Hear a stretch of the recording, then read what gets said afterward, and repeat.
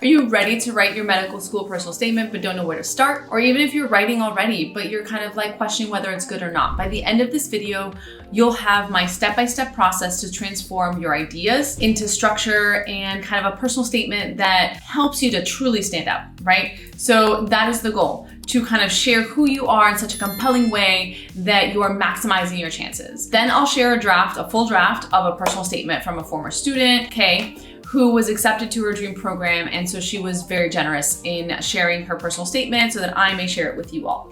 We started from scratch and now she's an MS2. She started literally with a blank page, right? And we really got started on brainstorming, figuring out which experiences and synthesizing it all together. So let's start now your journey. If you're interested in learning about how I work with students, how we kind of become partners in the writing process of your medical school application cycle, from personal statement to interview prep, schedule your free call and we can chat about the program and if you're a good fit. And link is in the description. All right, let's get started. All right, so step one, and this is obvious, but I want to kind of start here because it's so important and students don't spend enough time on it. You really want to brainstorm before you start writing. Writing is hard for everyone, even crazies like me who love it. It's difficult and it pulls at you and it draws a lot of energy from you. So before you commit to writing paragraphs that then you're going to be like, oh, but I already have this and then it doesn't fit in here, brainstorm broadly, right? What challenges have you overcome? What have been your clinical experiences? Then after you list the clinical experiences, go in depth, go to write 2 to 3 bullet points. Just don't commit to language, commit to content first. What were those examples that, patient-centric experiences in clinical settings that really kind of confirmed or advanced or taught you something about your why medicine? A patient you picked up during your EMT rotation who didn't speak English, but you translated for her. I remember how my mother's depression shaped my childhood. Leaving her at a facility before my high school graduation. That opening image for a personal statement was very, very profound and very personal to the student. So don't, start just brainstorming and start organizing them by personal experiences, spark moments, things that happen to you, right, in a medical context. Work experience, research, leadership, clinical, patient, most memorable patients, however you want to kind of create your bucket list, but then go in deep with a couple, 2 or 3 very, very memorable formative experiences. After that, when you have those 2 or 3 experiences in each of these, and I would do no more than like 5 buckets, 4 buckets. What did you learn? Write down, again, more bullet points. What did you learn? What were ideas that kind of came to mind? Any kind of image-driven specifics. So what did you see, hear, taste, touch, whatever appropriate, and just kind of briefly, but so you can start painting a picture. And so number 2 is start kind of learning to articulate your why medicine. A lot of times when I'm speaking to students, I always ask, so what is your why medicine? It doesn't have to be pretty, but what brings you to this call? What brings you to this field? And so now that you have these experiences listed, what is that core message? Do you have a theme? Do you have a thread that is kind of like, community outreach? Do you have education as empowerment within medicine? What is that kind of core central drive that brings you to the field and to want to become a physician? So your core message, yes, should be authentic and personal to you. I would steer clear or move beyond the I want to help people, right? In my video last week, we talked about the tips so I'll link it here. We talked about the tips to avoid. And one of them was this kind of sense of helplessness or helping, that cliche of I want to help people. So we really want to kind of, through your brainstorming, both experiences and then why medicine, so that you can start learning how to articulate this. You're going to say this in different ways in your personal statement, but also in your secondary section. And you want to kind of keep refining it as you start picking the experiences that you're going to highlight in your personal statement. Also, kind of tip number 2, right? You're not going to use, if you are doing brainstorming correctly in the sense of like spending enough time investing in the specificity and breadth of brainstorming because you've had years and years of experiences in different domains, you're going to have more experiences than you can capture in your personal statement. Save it for secondaries, for your activity section. So once you have all this content, start thinking about choosing 2 or 3 key experiences and see how you can kind of pinpoint them in a linear, in your personal statement. It doesn't have to be linear, but in a linear kind of thread or timeline, right? So what experience brought you to medicine? What experience helped you deepen your commitment to medicine? What two experiences did you actively find or pursue because of a previous experience? So start seeing how one experience kind of scaffolds the next, kind of builds the next. And then you can start thinking about, okay, I want experiences that are formative, but also varied, because you want to show compassion, you want to show empathy, intellectual curiosity, community awareness, like community competency, and that your actions affect others. And you want to kind of start thinking about, so sometimes a caution is you pick 2 or 3 very formative moments, but they're doing the same thing or they're giving the same lesson. And so then if they're giving you the same lesson or the same why medicine, then maybe one of them is in your personal statement and wax on, sorry. And then the other 2 are in your activity section. So you want to start picking and choosing from your brainstorming formative experiences to capture your personal statement that are offering a couple of different why medicine or a couple of different reasons for your why medicine. So once you have your key experiences, it's time to structure, right? And so remember, I just kind of mentioned that kind of linear thread timeline for you to kind of visualize your journey in kind of a linear fashion. But you want to think about your structure in 3 components. Start with a compelling hook that introduces your core message. This can be an anecdote most students use. An anecdote, I see sometimes a powerful quote. I don't personally love quotes just because it's giving kind of real estate from your essay to someone else's voice and ideas. So I don't love it myself, and I do see it done well sometimes. So you want to make sure that you're using kind of image-driven, compelling,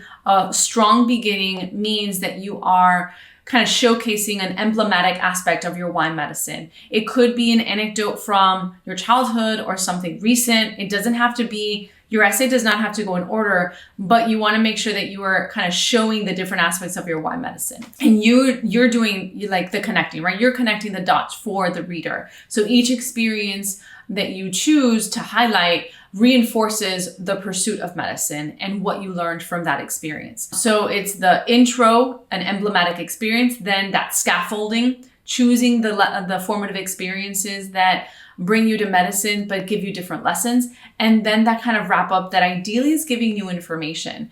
You want the reader to be left with a strong sense of who you are personally, but then why you'll be a great physician, what you've learned about yourself and your values and your core principles within kind of medicine and healthcare. And that could be aspirationally, right? But what you've done so far that brings you to this moment. So if you want to learn how I work with students, how I take you as, we become writing partners and I take you from A to Z, personal statement to interview prep, schedule your call below and we can chat about if you're a good fit.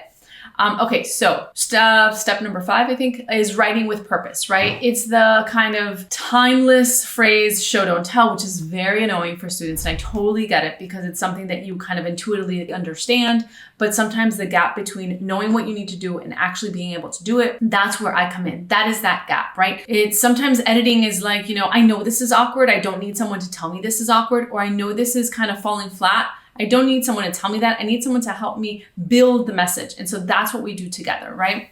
So think about kind of how you want to incorporate sensory details, image-driven narratives, descriptions here and there, making your experiences more vivid, more engaging. So instead of something like I volunteered at a clinic, it would be I vividly remember the day I sat with Mrs. Johnson as she nervously awaited her biopsy results. I held her hand, trying to offer comfort as she, and then kind of go specifics, right? So you're always bringing it back to you, your kind of experience and how that has solidified, confirmed, surprised, brought you to medicine. So kind of all, pinpoint where in the journey that potential experience brought you to. So, and a quick exercise, go back to your key experiences, make sure that you're using descriptive language, and it doesn't have to be so fancy schmancy, so kind of like, dictionary style wording. It has to just paint a picture.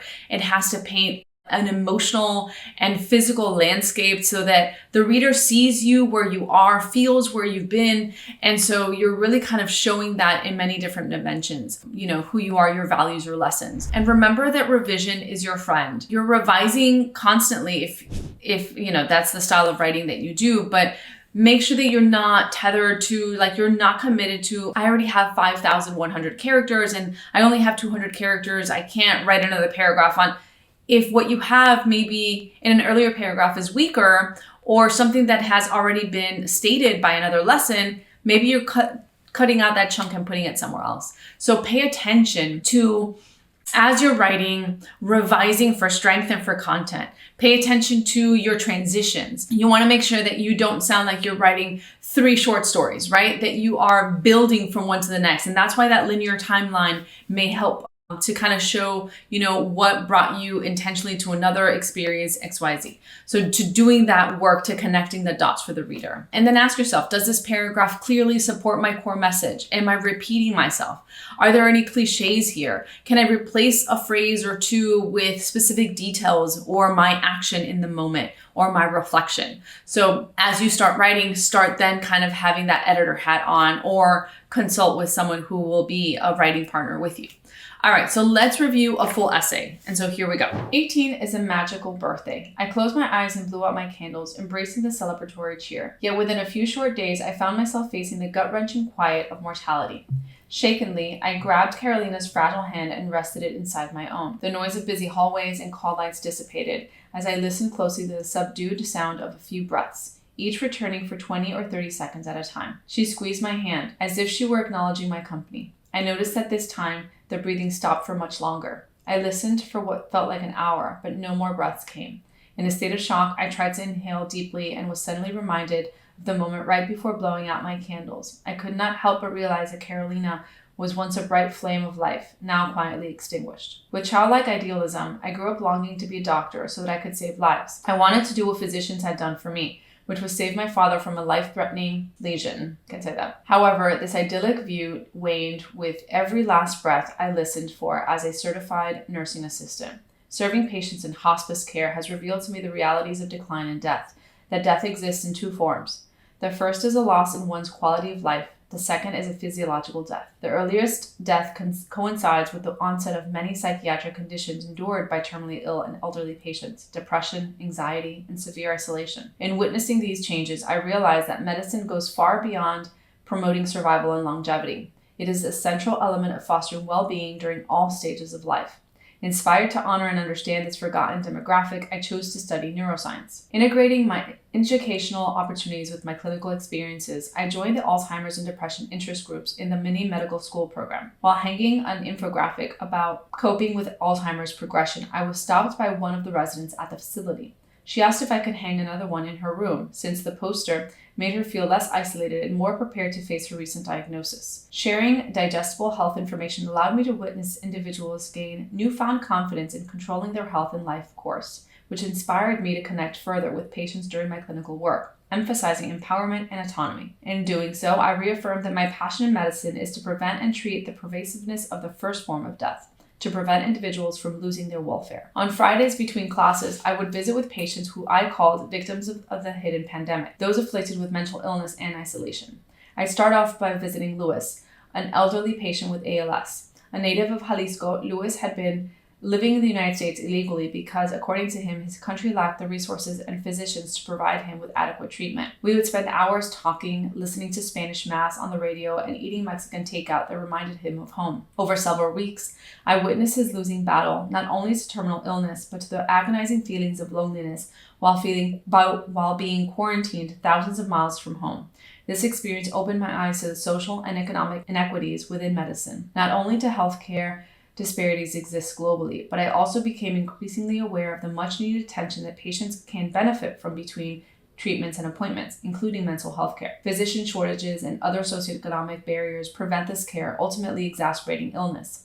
I became cognizant of these circumstances while working in the Central Valley and Inland Empire, 2 disadvantaged communities. Stories like Lewis's strengthened my desire to practice medicine, while catalyzing my commitment to serve underrepresented populations. To serve beyond companionship, I joined a group of volunteers to set up a bi-weekly free clinic in the rural Coachella Valley. While medical school students and physicians assessed patients, I worked triage at the reception. By practicing my Spanish and assisting with paperwork, I met patients at their level of cultural comfort, ensuring that they felt seen within medicine and empowered to seek the care they needed. If I had a free hand, it was only because none of the children in the reception reception area had reached me yet. Tugging in my arms and singing Los pollitos dicen pío, pío, pío, the kids would sing nursery rhymes and play games. It was here that I unraveled another layer of depth to medicine, the combination of care with humanitarian warmth, so that patients, neighbors, and strangers feel a sense of community to heal together. Having graduated college, I continue my work as a CNA in long-term care.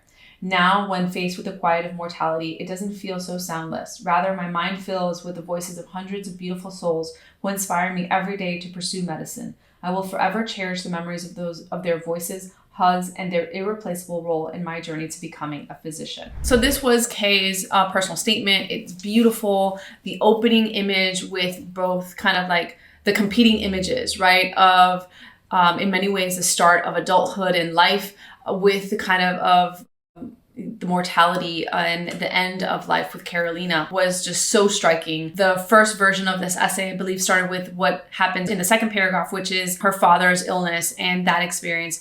And so, you know, because of the many edits, we kind of chose a much more compelling and true to her core message that she wanted to kind of share as the image with Carolina and her 18th birthday. So the strengths, I mean, this essay spans so much emotional intelligence, emotional maturity. It has great depth in clinical experiences. It also shows, the student kind of synthesizing, giving an angle, an argument to their experiences, to their lessons learned. It's not just, oh, I did this with this patient and then I learned that. It really kind of goes into the different underserved communities that they've worked out, what those communities are facing, how she's kind of gone from giving a helping hand to something else, how she's graduated into bigger roles as she's learned of the varying needs in her communities. I hope this video was helpful. If you want to learn about how I work with students, make sure you grab a spot on our calendar and you can learn about our program and how I become a writing partner with students